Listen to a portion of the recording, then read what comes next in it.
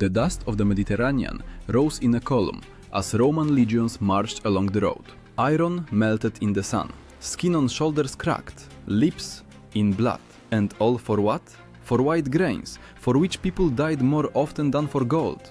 Why did salt, the simplest of earthly substances, decide the fate of entire armies? Why did a Roman legionary consider it no less valuable than a sword? And what made it a symbol of life itself? The answer is hidden in the word from which the modern salary originated. Historians wrote that already in the era of the Republic, long before the appearance of emperors, soldiers were given part of their pay not in coins, but in salt. Thus arose the term salarium, from the Latin sal, salt. This was not just a product, but a means of survival, a measure of labor, and an indicator of status. Without salt, warriors lost not only the taste of food, but also strength, because it retained moisture in the body and saved from dehydration in the hot campaigns of North Africa and Syria. In Roman sources of Tacitus and Pliny, it is mentioned that soldiers could receive up to half of their monthly allowance precisely in salt. For many, it meant more than money. Coins could be lost, but without salt, one could die. Salt is the blood of the earth, the legionaries said. It whitened on their skin when sweat turned into a crust on bronzen helmet, reminding, each crystal is worth a drop of sweat shed under the sun. This white powder was a strategic weapon. When Rome conducted sieges, salt works were captured first of all. The loss of a salt source was considered a catastrophe, comparable to the demise of an entire garrison. Archaeologists in Ostia and Pompeii found remains of warehouses where dozens of amphorae with salt were stored, guarded as strictly as the treasury.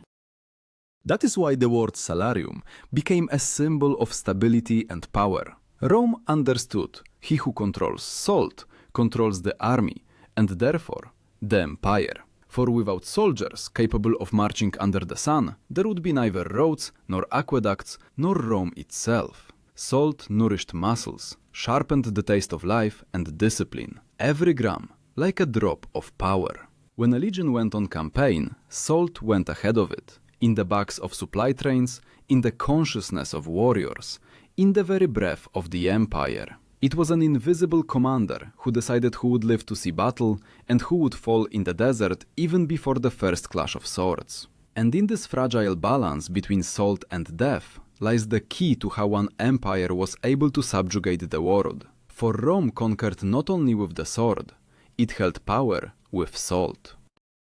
But to understand how it saved armies on the brink of destruction, one must look into the campaigns, where every step on the scorched earth was worth more than gold. The midday sun mercilessly beat down on the bronze, heat billowed over the desert, and from beyond the horizon came the smell of sweat, iron, and leather. Roman legions marched through North Africa. Their steps, according to the historian Polybius, thundered like a war drum, steady, confident, without pause. Each legionary carried about 30 kilograms, armor, sword, shield, spear, daily rations, a water flask, and a small pouch of white grains that meant life. These grains were salt, the true fuel of the empire. Rome's army organization astonished even its enemies. Every 10th soldier was responsible for supplying water and salt. Without this, the legion would not move a single step. These warriors were called quaestores, quartermasters, responsible for provisions and pay. Their role resembled modern logistics officers. They did not fight on the front lines, but it was precisely on them that the army's ability to march tomorrow depended. Chronicles state that the loss of salt en route was considered a military catastrophe. The heat turned the ground underfoot into a scorching pan. Sweat streamed down faces, and armor clung to bodies. The Roman diet included dried meat, grain, olive oil, and a little wine. But without salt, all of this became useless. Muscles cramped, the body lost moisture, consciousness blurred. Archaeologists found remnants of clay vessels with salt at encampment sites, sealed with wax to prevent it from dissolving due to humidity, a soldier's life supply.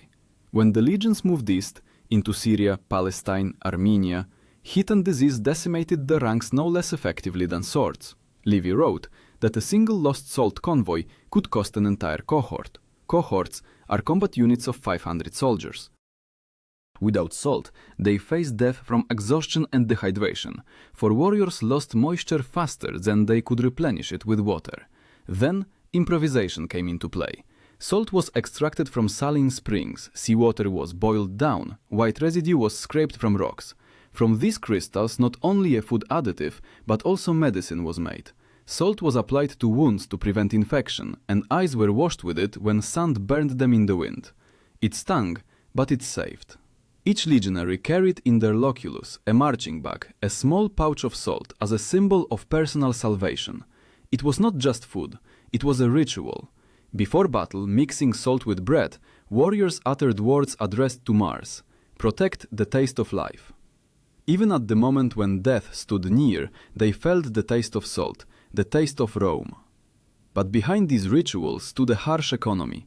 Salt was expensive, its delivery across the Alps and the Sahara cost the empire enormous sums. According to various sources, a ton of salt cost as much as a moderately skilled slave. Because of this, Rome built entire roads, via Salaria, salt roads, along which convoys carried the strategic commodity. Remains of these roads have survived to this day, and archaeologists find along them mule bones and metal buckles, traces of convoys that perished from the heat. Rome understood: to lose gold, unpleasant; to lose salt, deadly. Therefore, the guarding of the salt roads was entrusted to the best, centurions. A centurion is an officer who commanded approximately 100 soldiers. Their task was not just to guard the convoys, but also to ensure that no one stole salt from their own. Theft of salt was considered treason. The guilty were punished publicly, with whips, sometimes with death. For the fate of an entire legion depended on their action. Salt became the invisible currency of the empire. With it, one could buy forgiveness, power, life. When soldiers received their salarium, they knew: each handful, not just payment, but the trust of Rome. The white powder maintained order better than the fear of the sword. For whoever lost salt, lost strength, status, and the very possibility of being a Roman. But there were times when even Rome could not keep salt under control. When the desert or the enemy cut off the roots, what historians called the salt famine began. Then the army turned into shadows of themselves, and to understand how this invisible crisis almost destroyed the greatest army in the world, one must see how salt once became a weapon against Rome itself. The thunder of hooves, the cries of mules, the smell of rotting leather, thus began the catastrophe which contemporaries called the salt famine. It was an invisible enemy, slow, merciless. Without swords, without arrows. It killed not in battle, but in the silence of the march, when feet tangled from weakness and eyes blurred from the heat. It all began during the reign of Emperor Hadrian, when Roman troops advanced deep into North Africa, trying to subjugate the Garamantes tribes. Sandstorms cut off supply routes, and salt convoys disappeared into seas of sand. Historians differ on exactly how many legionaries perished then, but even by the most cautious estimates, thousands. Polybius wrote that the losses were worse than a defeat in battle. Without salt, warriors lost water faster than they could drink. Cramps, hallucinations, internal bleeding appeared.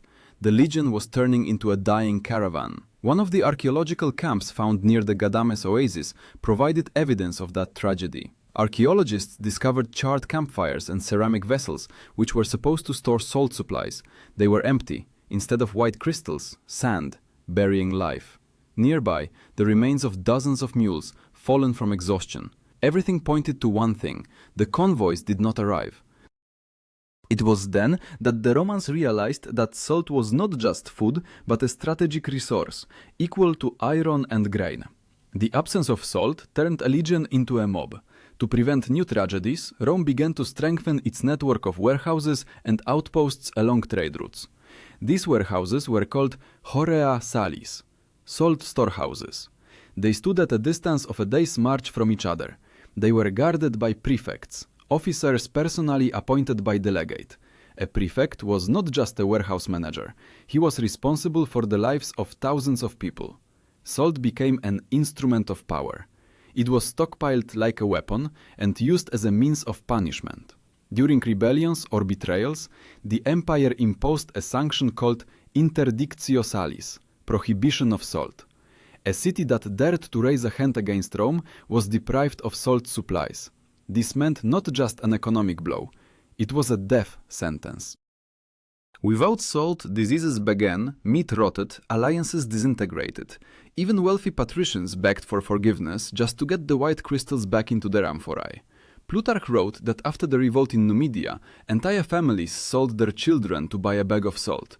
So deeply had Rome integrated it into the economy of conquered territories. Salt ceased to be merely a mineral. It became a symbol of subjugation. Even peace treaties were concluded with a ritual. The parties dipped bread in salt as a sign of eternal loyalty. This tradition survived centuries. From it was born the expression, to eat a pud of salt with someone, meaning to share trials and trust with a person. Thus, salt transformed into a language through which Rome spoke to the world. But behind this brilliance lay a harsh reality. Those who controlled salt also controlled life. To avoid new supply failures, Rome created special troops for guarding salt routes. They were called cohortes salinariae, salt cohorts. These units did not participate in battles, but their service was no less dangerous. They escorted convoys through mountains, swamps, deserts. Their enemies were not only bandits, but nature itself. Rains dissolved the salt, heat melted it. Every bag had to be protected like a sacred relic. One centurion, whose name is preserved on an inscription in Campania, left a simple but terrible line. "We died so that others would not die from salt."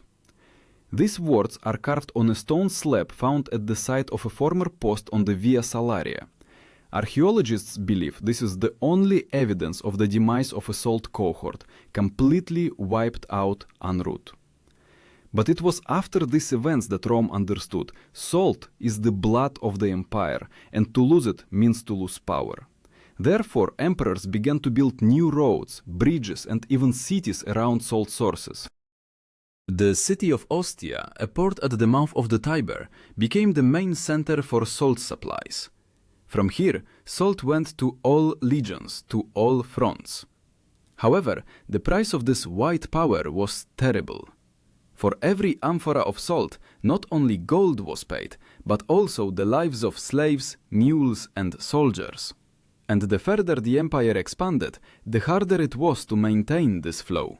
For the more Rome possessed, the more it depended on salt, and dependence is always a weakness. It is this weakness that would one day become a weapon against the empire itself. From the beginning of the 3rd century AD, clouds gathered over Rome. The empire was cracking under the weight of its own victories. Hundreds of thousands of soldiers stood on the borders, from the Rhine to the Euphrates, and all of them needed salt. Without it, army discipline crumbled, bodies weakened, morale plummeted. But trade routes, once reliable, now teemed with rebellious tribes, raiders, and deserters.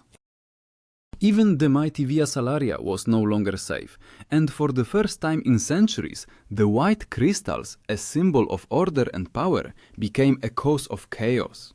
Pliny the Younger wrote that during the crisis years, salt convoys became rare and legions in the north were forced to salt meat with seawater. This saved them from starvation, but not from disease. Without pure salt, warriors lost strength. Chronicles mention that during a campaign against the Germans, a legion commanded by legate Valerian lost half its strength without a single battle. Bodies decomposed from infections, wounds did not heal, all due to the lack of salt, which was used for washing and consumption. At this time, in the shadow of economic decline, speculators rose. Salt became a weapon of profit. Wealthy landowners bought up its supplies and sold them to the army at exorbitant prices. In response, the empire introduced strict control. A new tax appeared, vectigal salis, which taxed every amphora. The tax was collected by special officials, praefecti salinarum. They wielded enormous power and often abused it. Salt, which had been the source of Rome's strength, turned into a source of corruption. One ancient author wrote, "Where salt ends, order ends." And these words proved prophetic. When rebellions began in the provinces, the rebels' first step was to seize salt warehouses. In Africa, in the city of Leptis Magna, insurgents dumped salt supplies into the harbor to paralyze deliveries. It was an act of desperation and defiance, a symbolic killing of the empire. Rome responded brutally. Emperor Diocletian, restoring order, issued an edict by which salt theft was equated with treason. Criminals were punished by death through crucifixion, but even this horror did not restore order. Salt again slipped away, into the sand, into the black market, to the enemies. To maintain power, Rome tried to turn salt into an instrument of state control. Special military warehouses managed by garrisons were created. Soldiers were again paid part of their wages with salt. The old salarium returned, as a reminder of the Republic's times. It was a step of desperation, but also a symbol of hope. At the same time, an ancient ritual was revived. Before an oath of loyalty, soldiers ate bread with salt. This simple gesture signified an alliance with the empire. Trust, a sacred duty. Even when coins depreciated, salt remained a solid currency. There was something immutable, almost divine, about it. It did not obey the market, only nature and time. But nature retaliated. The waters of the Mediterranean receded, salt flats were depleted, and the empire increasingly turned to conquered lands, draining their resources. In Gaul, in Britain, in Spain, wherever salt was extracted, Roman garrisons faced local uprisings. People did not want to give up the white gold. For them, it became a symbol of subjugation. Archaeologists in Gaul found an inscription on the wall of an ancient storehouse. "Salt is the blood of the empire, and we are its slaves." These words, scratched with a knife on stone, are a cry of the era, for salt truly flowed through Rome's veins, but the more the empire drank of it, the faster the end approached. When the 4th century came, Rome became dependent on salt supplies from distant provinces. Any loss of a route meant catastrophe. Goths, Vandals, and Sarmatians quickly understood this. They did not always launch a frontal attack. They blocked roads, burned warehouses, sank convoys. They did not fight with the sword, they fought with salt. There is evidence that in 410 AD, during Alaric's invasion, the salt warehouses on the approaches to Rome were among the first targets. Without salt, diseases began in the garrisons, and the soldiers, weak and desperate, could not hold the walls. Perhaps this was the first time the empire fell not by the sword, but by a crystal. But even at this moment, when Rome burned, salt did not disappear. People continued to store it, exchange it, hide it. For them, it remained a symbol of life. When everything collapsed, only salt reminded them of order, of how, once, an empire could measure its power not by gold, but by white crystals that saved soldiers and built roads. Thus, the Roman Empire approached its limit, weakened but still proud, and although the swords of enemies already clanged at the gates, the memory of salt, of what held the army, the people and faith, lived on. For as long as people remembered its taste, they remembered what it meant to be Roman. But the most surprising thing is that salt outlived the empire, and in how it remained after Rome, how it became part of a new Europe, lies the final paradox of this story. For what saved legionaries from death, centuries later also saved civilization itself. When the Western Roman Empire fell in 476 AD, many believed that with its demise, the memory of all it had created would also vanish. But salt remained. It, strangely enough, outlived legions, temples, and even language. For what began as a soldier's pay became the foundation of Europe's new economy. Salt, a legacy that Rome left to the world without erecting columns or monuments. After the fall of the empire, the roads along which convoys of white crystals had traveled for centuries did not become empty. They were still called Via Salaria, and now not legions but merchants, monks and peasants moved along them. Archaeological finds show that even centuries later, warehouses covered with the same type of stonework continued to exist in the same places. The system built by the Romans proved so well conceived that it outlived its creators. In the early Middle Ages, salt became the foundation of new power. Cities that grew on the ruins of Roman salt storehouses, Ostia, Marseille, Genoa, turned into trading centers. What was once military logistics became a commercial empire. People who controlled salt possessed wealth. This power was as absolute as the centurion's power over a legion once was. It was then that a new world was born. Salary, a direct descendant of the Roman salarium. It spread throughout Europe, preserving its essence. Labor must be paid with what sustains life. Even when silver replaced salt in purses, the idea remained the same. Money is just another form of the white crystal, a symbol of energy, survival, power. Salt also entered the rituals of the new era. Christian monks called it God's gift, used it for consecrating water, for protecting dwellings. In the chronicles of 8th century monasteries it was recorded, "He who keeps salt keeps life." This sounded like an echo of old Rome, only now in a different light. But perhaps the most important legacy of salt is in the memory of how it connected people. Of all the elements by which Rome governed the world, salt was the most human. It required labor, discipline, patience. It could not be faked, could not be obtained without sweat. And in this there was its own justice. Salt united the rich and the poor, the soldier and the merchant, the emperor and the peasant. All of them depended on one taste. When archaeologists find ancient salt amphora with legionary stamps, inside are the same crystals as 2000 years ago. They have not changed. And, looking at them, it's hard not to feel a strange respect, for these crystals witnessed the rise and fall of the world's greatest power. Salt was the last witness of the empire. When power fell, when eagles and banners disappeared, it remained lying in the earth, pure, eternal, incorruptible. And, perhaps, in this lies Rome's greatest lesson. All the gold in the world will not outlive what gives life. But the history of salt did not end with the fall of the empire. On the contrary, from this moment it would begin a new path that changed the entire continent. The white roads along which the legions marched became the arteries of medieval Europe, and the ancient salt warehouses the foundation of the first city-states. Rome fell, but its salt continued to flow through the veins of history, and in this there is a special symbol. The empire's strength disappeared, but the strength of life remained. And it is this that will lead us to the final secret of this story, how salt, which began as payment for blood and labor, became a symbol of human resilience. The taste of salt is the taste of life itself. It was known by legionaries marching through the desert, monks storing amphorae in monastery cellars, and people living today, not even suspecting that every word salary is an echo of the ancient salarium. In this word still lives the breath of Rome, the rhythm of its steps, the clang of metal, the crackle of campfires, and the taste of sweat on soldiers' lips. Salt became not just a symbol of labor, it became a symbol of the enduring human spirit, that which makes us alive. When we say today that a person is worth their bread and salt, we are repeating a formula that the legions knew. Salt is energy, order, survival.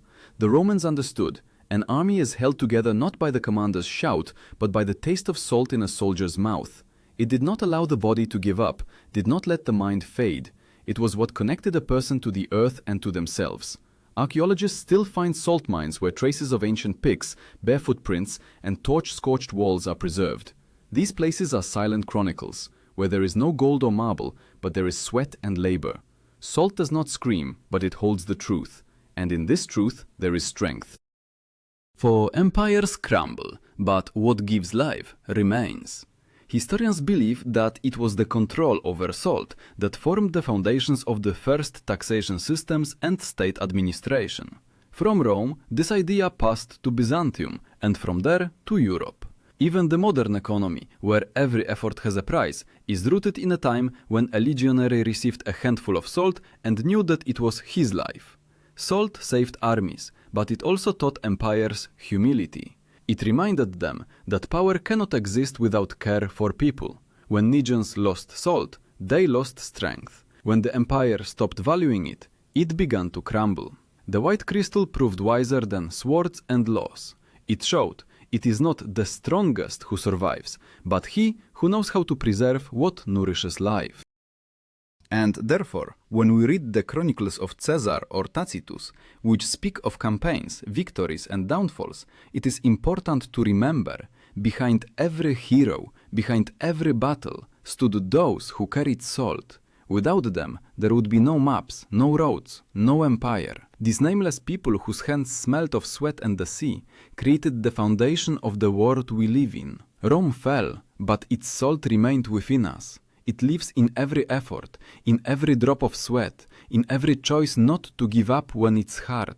Salt is the memory of resilience transformed into substance. It is the breath of all who once marched under the scorching sun, holding a sword and a small pouch of white grains. And, perhaps, when we open the salt shaker on the table today, we are repeating that same ancient gesture. We are touching history, not monumental, not heroic, but human. A history where strength was measured not by gold, but by endurance. Where power was born not from fear, but from respect for what nourishes life. And now, having learned that Rome was held not by the sword but by salt, it is worth asking ourselves, could we live even one day in that world where every handful of salt meant salvation, where the price of labor was measured not by coins but by sweat and loyalty? Perhaps this is what makes us heirs of those who walked the roads of Via Salaria, not heroes, but people for whom life was worth the taste of salt. Salt is more precious than gold, not because it is harder to obtain, but because without it, gold means nothing. This is the ultimate truth of Rome, which has survived centuries. The taste of salt, the taste of strength, loyalty and memory. And as long as a person remembers this taste, as long as they are capable of working, enduring and preserving, Rome lives within them.